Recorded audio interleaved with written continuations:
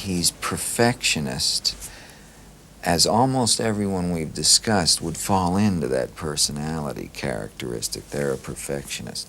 Jack Nicholson has never been one to hold back. With a killer smile and eyes that hide a hint of beautiful madness, he's lived his life and built his career on a foundation of brutal honesty. And now, at 88, with the Hollywood Hills in his rearview mirror, he's apparently naming names. The 6 actors, he says, made his life on set a living hell. Some are legends, some are enemies. All of them are unforgettable. Jack Nicholson. The name itself is an institution, an icon of Hollywood's golden age and its rebellious new wave. From One Flew Over the Cuckoo's Nest to The Shining, Chinatown to Batman, he hasn't just starred in movies. He's shaped film history like few others. His characters are seared into our collective memory. But even legends have their limits. Even gods have their pet peeves. And now, in what's being called his final, most candid reflection, Jack is making it clear there are 6 actors he couldn't stand working with. Actors he says were toxic, manipulative, indulgent, and in some cases, even dangerous to the creative process. Who are they? What really went down behind the scenes of some of cinema's greatest films? And what does Nicholson's legendary perspective reveal now, decades later, about the price of genius and the art of truth? Let's dive into the untold stories and the unfiltered opinions from one of Hollywood's greatest and most brutally honest voices. Before we get to the names on Jack's alleged list, let's talk about the man himself. To understand why these 6 people got under his skin, you have to understand the code he lives by. He's intense, magnetic, and fiercely protective of his craft. Born in Neptune City, New Jersey, Nicholson was a man who had to invent himself. He arrived in Hollywood in the 1950s, a rebel without a cause, and fell in with the iconoclasts. He studied under the legendary acting coach Sanford Meisner, who preached a simple but profound gospel. Acting is living truthfully under imaginary circumstances. For Jack, this wasn't just a technique. It became his religion. Truth, no matter how ugly or uncomfortable, was the only thing that mattered. His breakout role in 1969's Easy Rider cemented this persona. He wasn't just an actor. He was a symbol of the counterculture, a voice for a generation tired of phoniness. That disdain for anything fake or performative became the bedrock of his professional life. Directors from Milos Forman to Stanley Kubrick have spoken of his unparalleled commitment. He didn't just play a role. He crawled inside its skin and hijacked its nervous system. He famously stayed in character for long stretches on the set of One Flew Over the Cuckoo's Nest, refusing to speak to the director for weeks to authentically portray Randall McMurphy's rebellious spirit. For The Shining, he wrote pages of his own mad ramblings to get into the mind of Jack Torrance. This wasn't just method indulgence. It was a sacred commitment to the work, and it forged his ironclad code. Show up, be prepared, tell the truth, and bring something dangerous and alive to the table. Don't waste his time with ego, with laziness, or with a performance you cooked up in front of your bathroom mirror. Bring your A game, your whole soul, or don't show up at all. And when that code was broken, let's just say he never, ever forgot. The first name on Jack's list is perhaps the most painful for him. It's the man who was his hero, the god of modern acting, and ultimately, his greatest professional disappointment, Marlon Brando. Nicholson idolized Marlon Brando. For Jack and every other serious actor of his generation, Brando was the messiah. His raw, vulnerable, and explosive performances in A Streetcar Named Desire and On the Waterfront tore up the rulebook and created a new language of acting. So when Nicholson got the chance to co-star with his idol in the 1976 Western The Missouri Breaks, it should have been the fulfillment of a lifelong dream. The meeting of 2 acting titans under the direction of Arthur Penn. The expectations were stratospheric, but working with Brando was a different story entirely. The genius Nicholson had worshipped on screen was, in person, a ghost, a shadow of his former self, consumed by a bizarre and frustrating apathy. Nicholson arrived on set every day, lines memorized, ready to spar with his hero. But Brando, he soon discovered, wasn't playing the same game. He never knew his lines. Not once, Jack reportedly said. The man invented the modern art of screen acting, and he's got cue cards taped to every damn lamp, every other actor's forehead. He'd read a line off a prop banana if you let him. It was a joke. He was a genius, but a lazy one. And in my book, lazy genius is just a fancy word for fraud. Brando's behavior became legendary. He was paid a fortune, showed up overweight,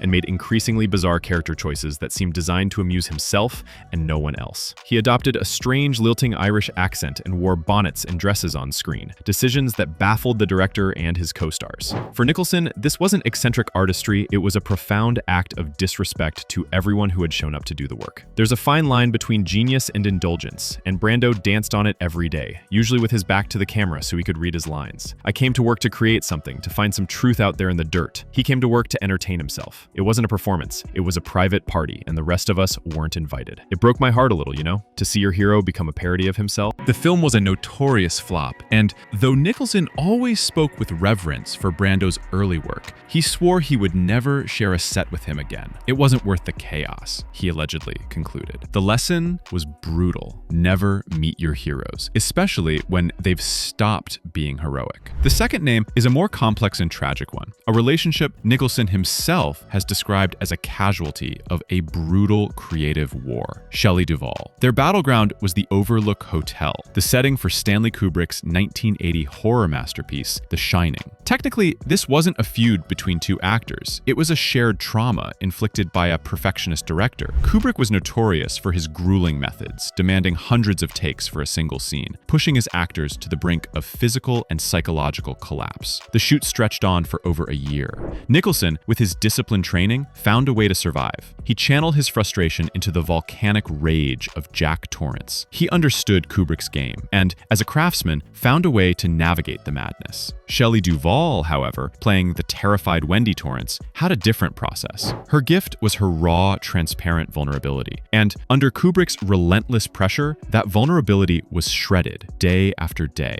Nicholson admitted in later interviews that the sheer emotional chaos emanating from Duvall was exhausting. He required focus, an anchor to play against, but he felt her performance was often wildly unpredictable, a direct result of Kubrick's torment. She was under pressure, sure, we all were. Stanley was a general waging a war, and we were his soldiers in the trench. But my God, it felt like she brought the storm to set with her every morning. There was no consistency. You'd do a take, and it would be brilliant and raw. You do the next one, and it would be something else entirely. As an actor, you need a dance partner. You need to know the steps, even if you're improvising the moves. With Shelley in that environment, it often felt like she was hearing a different song. It was hard to find a rhythm. Jack's frustration wasn't aimed at Duvall personally, but at the exhausting dynamic it created. He needed a professional core to ground the scenes, and he felt the production was constantly at the mercy of her frayed nerves. It made an impossible job even harder. Years later, with the benefit of hindsight, Jack softened his view considerably, expressing deep empathy for what she endured. I respect her, I truly do. What Stanley put her through was unconscionable. No one should have to go through that. That shoot was brutal for both of us. It almost broke us. The film is a masterpiece, but it's built on the wreckage of our sanity. I wish it hadn't been quite so hard on us all. The next name on the list represents a clash not of generations, but of philosophies: Tom Cruise. On the surface, their pairing in the 1992 courtroom classic A Few Good Men was electric. Nicholson as the fearsome Colonel Nathan Jessup, and Cruise as the cocky young lawyer Daniel Kaffee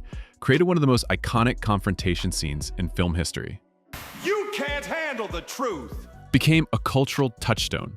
But behind the scenes, Nicholson was reportedly unimpressed with the burgeoning superstar. To Jack, a student of Meisner's raw truth, Cruise's legendary high-wattage energy felt synthetic. He saw a meticulously crafted brand, not an authentic human being. He found Cruise's intense, almost manic focus to be more about image and control than about genuine artistic exploration. He acted like he wanted to learn from me, always watching, asking questions, but it was all about image, Jack reportedly told a close confidant after the shoot. It felt like he was performing the role of dedicated young actor studying the master. It wasn't real. You look in his eyes and you see the machinery working. Click, whir, smile. It's perfect, and it's empty. Give me someone real. Give me someone rough around the edges. Someone who makes mistakes. Give me a human being. Nicholson thrives on spontaneity, on the danger of not knowing what the other actor will do next. He felt Cruise was the opposite. A technician who came to set with every beat, every gesture, every line reading, calculated and rehearsed to perfection. For Jack, this wasn't acting, it was execution. The famous scene, the courtroom, people love it, and it's fine. We got the job done. But what you see on screen is me trying to break through a wall. I'm throwing everything I have at this kid, trying to get a real, unplanned reaction out of him. And all I got back was what he'd practiced in the mirror. It's the difference between a live concert and a studio recording. I prefer the sweat and the feedback. Despite delivering a performance that earned him an Oscar nomination, Jack said he wouldn't work with Cruise again. The philosophies were simply too different. He respected the work ethic, but he couldn't connect with the soul. Fourth on the list is a feud that was far more personal and public, a battle of wills with an actress he once revered on a project that was his own baby, Faye Dunaway. Nicholson and Dunaway had created magic together in the 1974 masterpiece Chinatown. Their chemistry was legendary. So when Jack decided to step into the director's chair for the 1990 sequel, The Two Jakes, bringing Dunaway back to reprise her role as Evelyn Mulwray seemed like a no-brainer. It turned out to be a disaster. The dynamic had changed. Nicholson was now her director, and the collaborative spirit of their first film had evaporated, replaced by open hostility. According to crew members, Dunaway's behavior on set was a nightmare. She was always late, hours late, always combative, arguing over every single line, he recalled in a rare, candid interview about the troubled production. It wasn't about making the scene better. It was about power. It was about her trying to assert control. As a director, you need cooperation. You need your actors to be your partners in telling the story. What I got from her was sabotage. The tension became unbearable. Jack, already juggling the immense pressure of directing, writing, and starring in the sequel to one of the greatest films ever made, was now locked in a daily war with his leading lady. Their arguments were legendary, with sources claiming that Nicholson, in a fit of rage, once told her she was impossible to direct. He allegedly considered the drastic step of firing her and replacing her mid-shoot. The atmosphere was so toxic that scenes had to be rewritten to minimize their on-screen interactions. Directing is an act of profound trust. The actor has to trust that you have their back, that you'll guide them and protect them. In return, the director has to trust that the actor will show up, do the work, and be open to discovery. That trust was broken on day one. It became a hostage negotiation instead of a collaboration. You can't make art that way. It poisons the well for everyone. The Two Jakes was a commercial and critical disappointment, a shadow of its predecessor. For Nicholson, it was a scarring experience that soured him on directing and forever fractured his relationship with Dunaway. The fifth name on the list is an actor-director who Nicholson respected immensely, but whose creative process he found utterly maddening: Sean Penn. In 2001, Nicholson took the lead role in The Pledge, a dark, haunting thriller directed by Penn. On paper, it was a perfect match, two of Hollywood's most intense and celebrated talents coming together for a serious, character-driven story. And while Nicholson has always praised Penn's vision and intelligence as a filmmaker, the actual experience of working under him was, in Jack's own words, suffocating. The conflict was one of creative control. Penn, known for his obsession with gritty realism and his meticulous, exacting directorial style, had a specific vision for every single moment of the film. He wanted to capture a raw, unvarnished truth, and he believed the only way to do that was through absolute control. For an actor like Nicholson, whose genius lies in his instinct, his spontaneity, and his ability to find magic in the unplanned moments, this was torture. Sean wanted it his way, always. Every pause, every glance, every line reading was mapped out in his head. There was no room to breathe, no room to play, no room to discover anything. He would give you a line reading, and you were expected to mimic it perfectly. What's the point of hiring Jack Nicholson if you want a puppet? Nicholson felt creatively straitjacketed. He described the experience as draining, with Penn's relentless pursuit of his specific brand of realism killing any sense of life or energy on set. He's a brilliant guy, Sean. He really is. But he's a painter, and he wants every single brushstroke to be exactly where he planned it. I'm not a brushstroke. I'm the damn paint. I'm gonna splash around a little, see what happens. He couldn't handle that. He was directing a result, not a performance. And for an actor like me, that's death. It's like being asked to run a marathon with your feet tied together. While Nicholson delivered a powerful, understated performance that earned critical acclaim, he and Penn have never worked together again. It was a case of two brilliant but fundamentally incompatible artistic methods colliding. The final name on this list is perhaps the most surprising. It's an actor who is arguably the biggest star of his generation, a man Nicholson worked with in one of his most celebrated late-career films, Leonardo DiCaprio. Their film was Martin Scorsese's 2006 masterpiece, The Departed.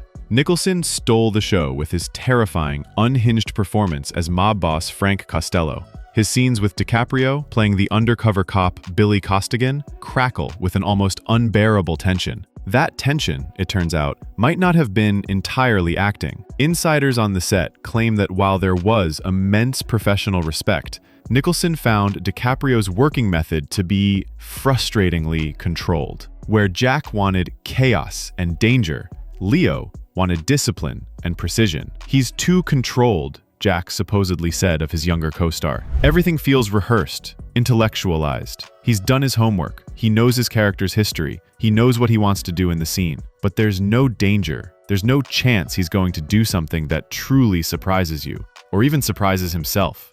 Nicholson thrives on pushing boundaries and keeping his scene partners off balance. There's a now famous story from the set where, in the middle of a tense scene, Nicholson unexpectedly pulled a real gun on a visibly startled DiCaprio. Scorsese kept the cameras rolling, capturing Leo's genuine shock and fear. That single moment encapsulates their differing philosophies. Nicholson was willing to introduce real danger to provoke real truth. DiCaprio, a master of preparation, was thrown by the unscripted chaos. Leo's a craftsman. He builds a performance, brick by perfect brick, and it's a flawless, beautiful thing when he's done. But you can see every brick. I don't want to see the bricks. I want to see a goddamn house that might fall down at any second. That's excitement. That's life. We got a great movie out of it, sure. Marty knows how to use us both. But I walked away thinking, never again. The kid's great, but he's too safe for my blood. So what does this list, this final, unfiltered judgment, really say about Jack Nicholson? Is he a bitter old man, settling scores? Or is he one of the last truth-tellers in a town built on illusion? He's not bitter, he's honest. At 88, he's had a lifetime to reflect on a career that has reached the highest possible peaks. For him, this isn't about personal animosity. It's about a sacred code. The names on this list represent the different ways that code was broken. Through laziness, through emotional chaos, through phoniness, through ego, through suffocating control, and through a lack of danger. These people, they all taught me something. Even if it was what not to do, or who not to be. Acting isn't about pretending. Any kid can do that. It's about telling the truth, your truth, the character's truth. It's about showing up with a piece of your soul, ready to bleed if you have to. If you can't show up with truth, I don't want you next to me. It's as simple as that. Whether you agree with his judgments or not, one thing is clear. Jack Nicholson calls it like he sees it.